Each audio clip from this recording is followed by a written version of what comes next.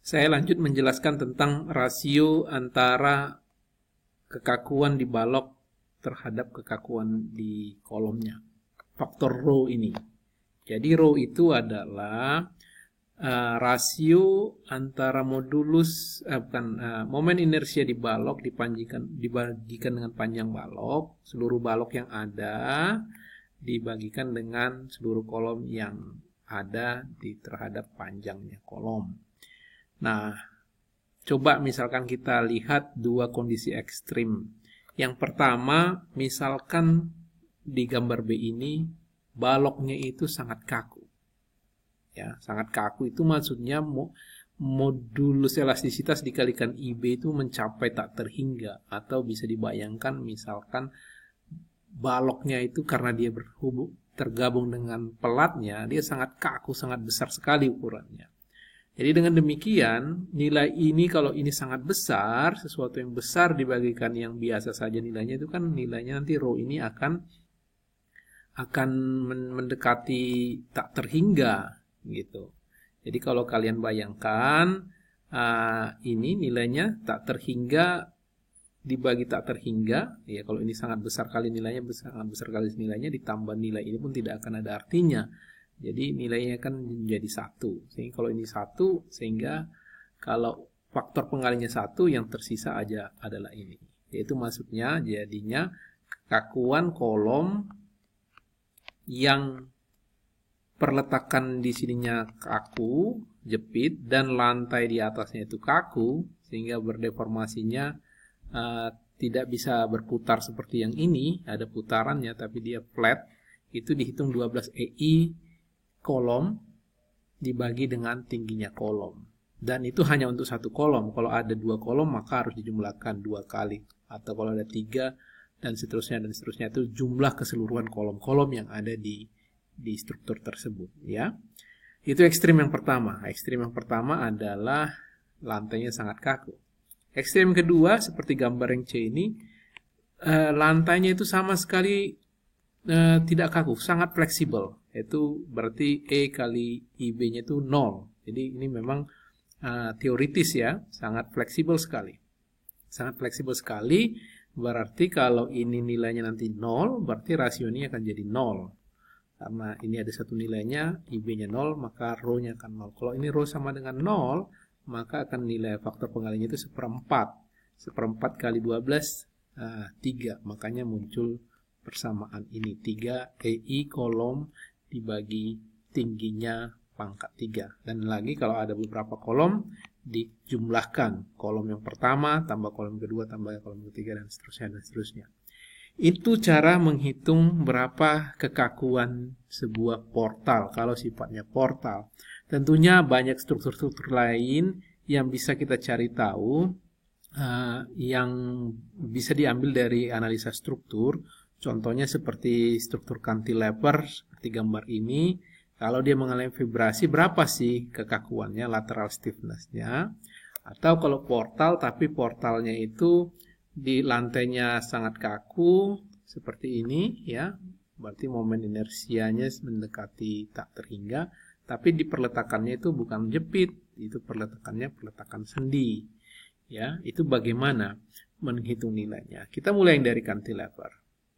Nah, untuk yang cantilever itu kekakuannya 3 EI per L pangkat 3. L itu adalah panjangnya cantilever tersebut, dan E itu modulus elastisitas dan momen inersia cantilever itu. Yang ini ya, berapa nilainya. Ini ke sini E dan I-nya. Nah, ini dapat dari mana sih? Ini sebenarnya dapatnya dari analisa struktur. Kalau nanti kalian misalkan mencari, sudah kita pelajari di pelajaran analisa struktur sebelumnya, kalau misalkan ada gaya P di sini, ya satu satuan, terus bisa dihitung deformasinya berapa. Nah, dapatlah deformasinya akibat beban satu satuan. Nah, K itu sebenarnya 1 per deformasi. Itu cara lain mendapatkannya. Nanti kalau dihitung itu akan ketemu rumus yang ini. Untuk portal yang dimana lantainya itu sangat kaku, di bawahnya sendi itu berarti bisa berputar seperti begini deformasinya. Ya, itu sama seperti kita di case yang sebelumnya, portal sebelumnya, cuman ini terbalik, di mana lantainya itu sangat fleksibel sehingga kondisi ini berputar. Nah, sekarang dibayangkan dia terbalik gitu, ini posisi lantai, dia baloknya atau kolomnya bebas berputar seperti yang skematik yang ini, ya, itu maksudnya. Sehingga yang jepitnya di atas, kebalikannya, sehingga kekakuannya akan sama juga seperti yang sebelumnya di case yang kedua, ekstrem kedua, 3 EI kolom per H pangkat 3, di mana ada 2 kolom dalam hal ini, kolom kiri dan kolom kanan disederhanakan 2 kolom, ya, ini ada 2 kolom di sini, makanya jadi bentuknya 6 EI per H pangkat 3. Oke. Nah, nanti kalian bisa lihat untuk struktur-struktur yang lain nanti menghitung kekakuannya bagaimana, ya. Nah, saya masuk kepada topik yang selanjutnya, itu bagaimana menghitung C, ya. Menghitung C, kalau yang sebelumnya kita menghitung nilai K. Nah, nilai C ini tidak ada perhitungan secara formal seperti kita mencari nilai K. Dia itu berdasarkan observasi, menghitung berapa sih pengurangan motionnya, itu motion decays kalau secara literal diterjemahkan itu kan pembusukan. Jadi berapa mengalami pengurangan, itu kira-kira maksudnya di sini. Mulai dari dia bergetar sampai akhirnya dia sekian detik kemudian dia berkurang. Delta magnitude inilah yang akan digunakan untuk menghitung berapa dampingnya nanti. Makanya di sini terlihat tadi di awal saya bilang ini kan sangat jelas sekali, berarti pengurangannya magnitude dalam hal ini akselerasi yang terjadi dari awal sampai akhir itu lebih cepat hilang untuk plexiglass dibandingkan dengan aluminium. Nanti akan kita diskusikan secara detail bagaimana mendapatkan nilai C, tapi di sini hanya saya perkenalkan konsepnya. Jadi damping force, gaya yang ada pada shock absorber itu tergantung dari koefisien dampingnya, C-nya, dan dikalikan dengan kecepatan gerakan tersebut. Jadi kalau tadi pegas adalah gaya pegas adalah kekakuan pegas kali perpindahan yang dialami pegas. Kalau shock absorber itu dikalikan kecepatannya, U dot single dot. Jadi kalau kadang-kadang simbol itu kalau perpindahan dia U, ya, perpindahan ini displacement atau ya.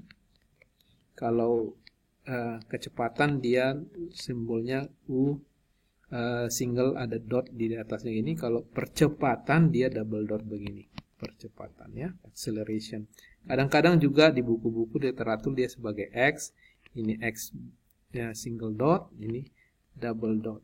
Nah, kalau kalian ingat di matematika kadang-kadang itu simbolnya begini, turunan pertama, turunan kedua. Ya, makanya sebenarnya kecepatan itu adalah turunan pertama dari perpindahan dan percepatan itu turunan kedua dari perpindahan. Nah, itu hubungan antara kecepatan dengan gaya di dampingnya juga mirip seperti yang kita sudah diskusikan di pegas. Jadi kalau vertikalnya adalah gaya damping, horizontalnya adalah kecepatannya. Itu kalau dia linear damping itu kemiringannya adalah koefisien damping yang kita cari itu. Namun lebih detailnya berapa nilainya akan kita diskusikan di pertemuan selanjutnya. Untuk sementara ini segitu dulu tentang viscous damping. Tidak terlalu detail saat ini. Saya lebih mendetailkan tentang menghitung nilai K. Oke, selanjutnya kalau kita sudah dapat mengidentifikasi berapa nilai M, nilai K, dan nilai C, kita akan menuliskan persamaan gerak sebuah SDOF. Ya. Bagaimana persamaan geraknya ketika troli ini bergetar maju mundur?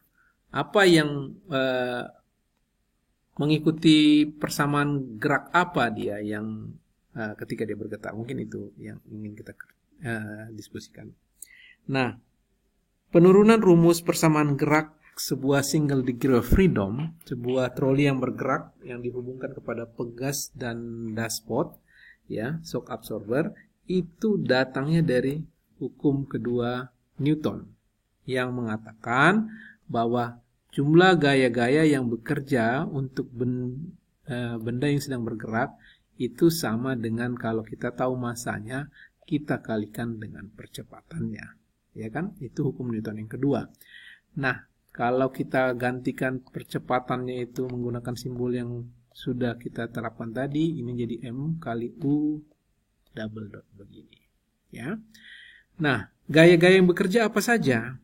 Ya, kalau kita lihat ini sistem representasi matematis dari sebuah single degree of freedom, dan kalau kita lihat apa free body diagram, ya, gaya-gaya yang bekerja di single degree of freedom ini, ketika gaya P ada, itu ada gaya pada damping, ya,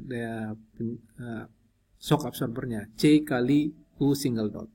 Pada pegas adalah K kali U, arahnya ke kiri kedua-duanya. Kemudian ada massa kali gravitasi, yaitu beratnya ke bawah, dan itu akan aksi reaksi akan dibalas oleh perletakan yang licin ini sebesar ya, gaya normalnya sebesar mg juga.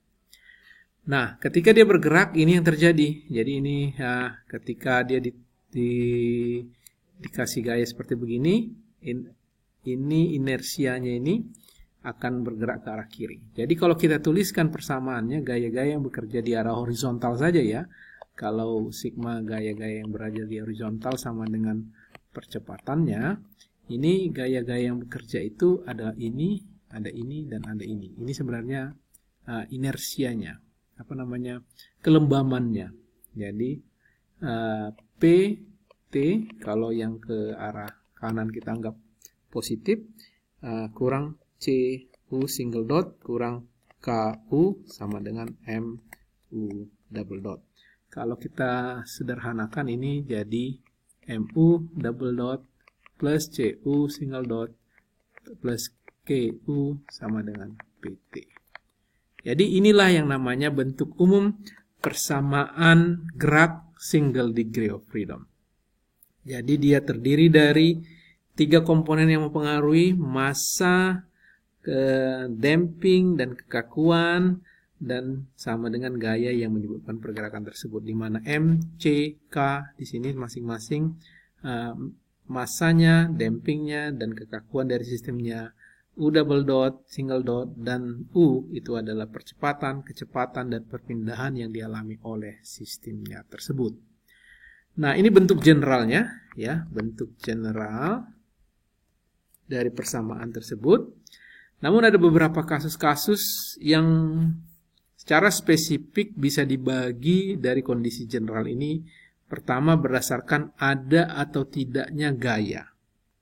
Jadi, kalau dia dikatakan tidak ada gaya, ini PT-nya sama dengan 0, sehingga bentuk umumnya itu adalah di sisi sebelah kanan persamaan ini sama dengan 0, jadi U double dot tambah CU single dot tambah KU sama dengan 0, itu namanya free vibration. Jadi getaran bebas. Tidak ada gaya mungkin bisa dipahami begini. Tadinya gayanya sudah ada, menyebabkan sebuah getaran, tapi setelah kemudian itu dilepas. Karena gayanya tidak ada lagi, bukan otomatis benda tersebut berhenti langsung ya, masih ada getaran. Nah, getaran bebas itu terjadi setelah gayanya tidak ada lagi. Itu namanya free vibration, getaran bebas. Nah, sebaliknya kalau ada PT itu selalu konstan ada, itu namanya force vibration. Jadi misalkan selama gempanya itu masih berlangsung, itu force vibration. Setelah gempanya itu tidak ada, itu namanya free vibration. Force vibration bisa juga akibat getaran angin yang disebabkan oleh angin, bisa juga akibat mesin yang selalu bergerak, itu namanya force vibration. Nah, di masing-masing kategori force and free vibration ada juga kategori kalau dampingnya itu dianggap tidak ada. Itu namanya undamped, tidak dia ada dampingnya. Kalau C-nya tidak sama dengan 0 atau dampingnya ada, itu C-nya ada, itu berarti damped vibration. Damped free vibration atau undamped free vibration. Ini undamped Ini harusnya force ini. Ya.